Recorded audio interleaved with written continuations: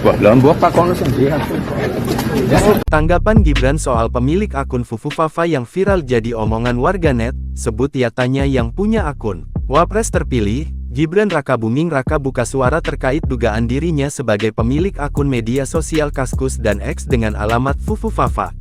Seperti diketahui, Gibran disebut-sebut merupakan pemilik akun media sosial yang pernah aktif di tahun 2014 silam saat dalam akun tersebut mengunggah hal tidak pantas, salah satunya hujatan pada Presiden terpilih Prabowo Subianto.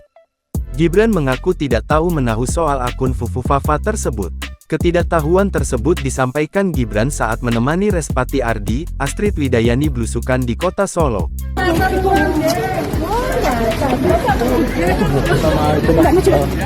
Yang akun itu loh mas. Wah, dalam buah pakon sendiri. Lambu, takono sing duwe akun, ndak tahu, tanya saja pemilik akun. Tanggapan singkat Gibran, Selasa tanggal 10 September tahun 2024.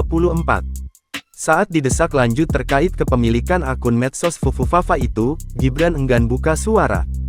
Sebagai informasi, akun Fufufafa jadi sorotan usai unggahan bernada komentar negatif kepada Prabowo Subianto yang pada tahun 2014 silam merupakan lawan politik Joko Widodo Jokowi di Pilpres. Download Tribun X sekarang, menghadirkan lokal menjadi Indonesia.